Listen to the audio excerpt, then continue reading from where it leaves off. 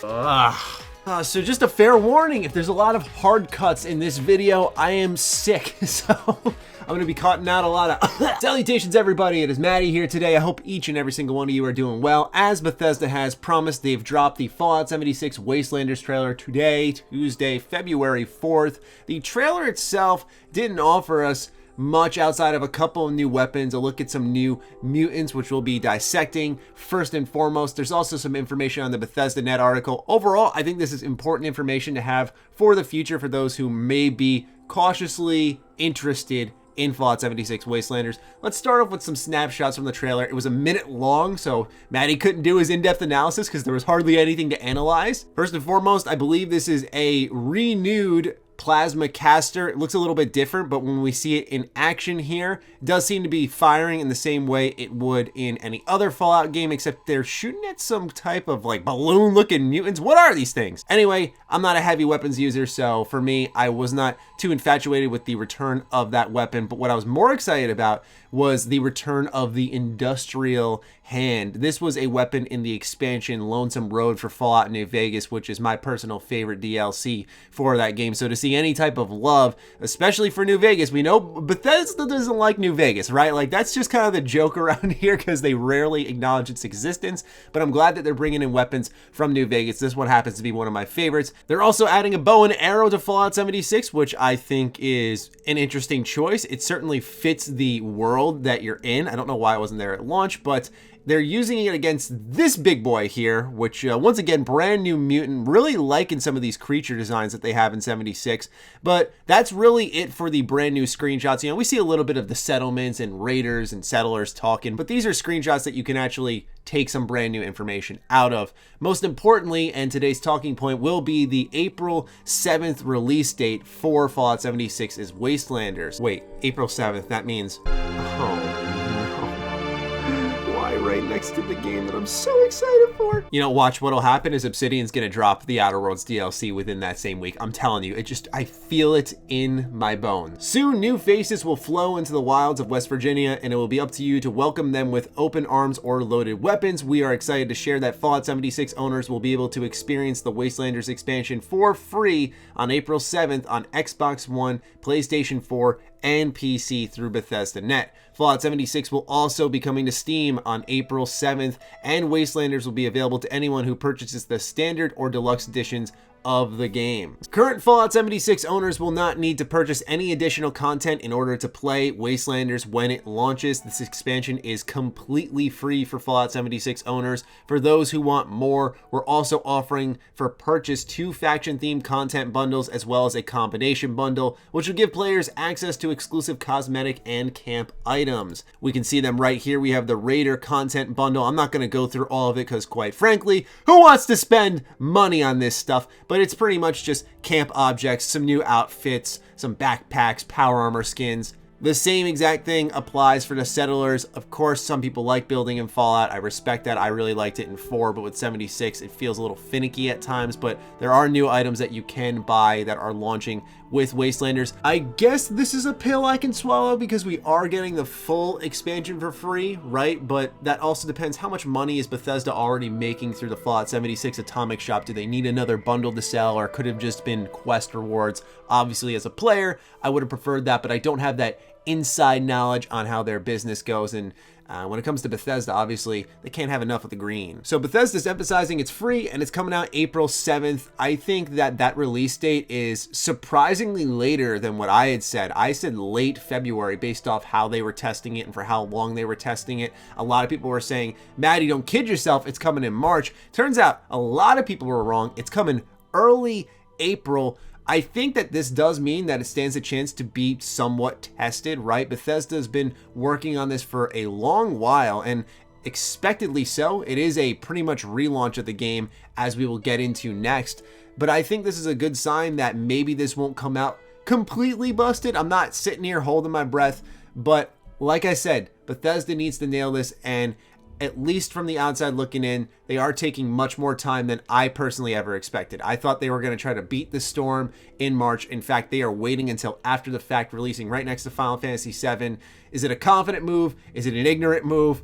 I don't know. Maybe they're releasing next to Final Fantasy VII in case this thing bombs. They're like, yeah, we got another game that'll just blow us over. So let's talk about what I was saying with a relaunch. This is another important aspect of 76 and probably a recurring business model that if you've paid attention to ESO for years, you'll be familiar with, but if you're not, I'll explain. So for those who haven't jumped into Fallout 76 yet, you can pick up either the Fallout 76 Wastelanders edition of the game, which includes the base game content and the Wastelanders expansion, or the Fallout 76 Wastelanders Deluxe edition, which will include the full game and all content from the Raider and Settler content bundle detailed, which I talked about earlier. So this is pretty important to note because they're also going to start phasing out the Tricentennial Edition that 76 had launched with. And this is because this business model is going to recur with pretty much every major expansion in 76, just like it did with Elder Scrolls Online. So for example, Elder Scrolls Online dropped Somerset Isle. They dropped Elsewhere, Morrowind. Every single time they've dropped something significant in ESO,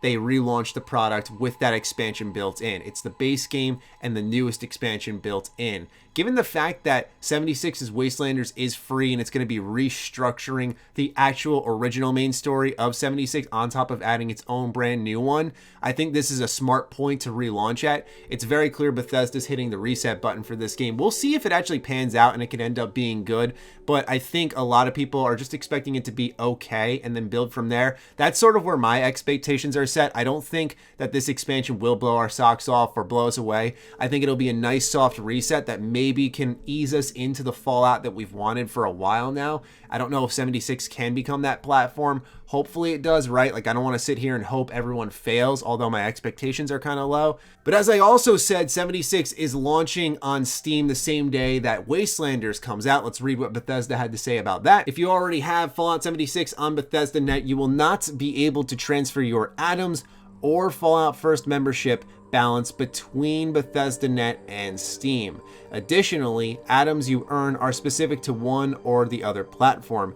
However, items you have purchased through the Atomic Shop will be shared across both platforms, Bethesda.net and Steam. So the good news is that you will have those items carrying over. A lot of people want to leave Bethesda.net behind and just start playing it on Steam where all their games are, which I totally understand. And it would be most unfortunate if you had to leave a lot of stuff behind. Not being able to transfer your atoms is unfortunate. I don't know why you can't transfer them. I can understand not being able to re-earn them on a new account, right? Because then it's super easy to exploit the one way that Fallout 76 consistently makes money.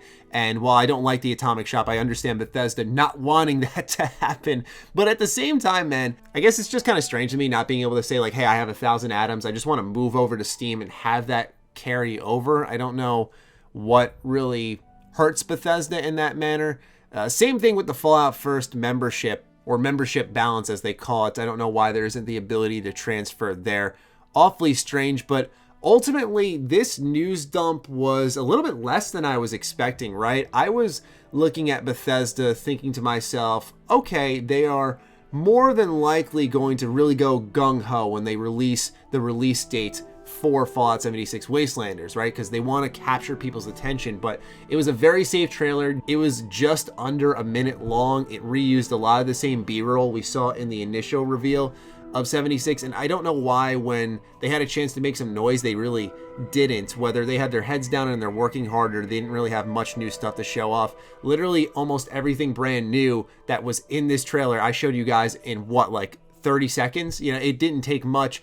So I know that it's labeled Fallout 76 Wastelanders trailer number 1, so there are going to be multiple trailers leading up to the launch of 76 Wastelanders, but I can't really say, thanks to Bethesda's track record, I'm really in like a hype zone.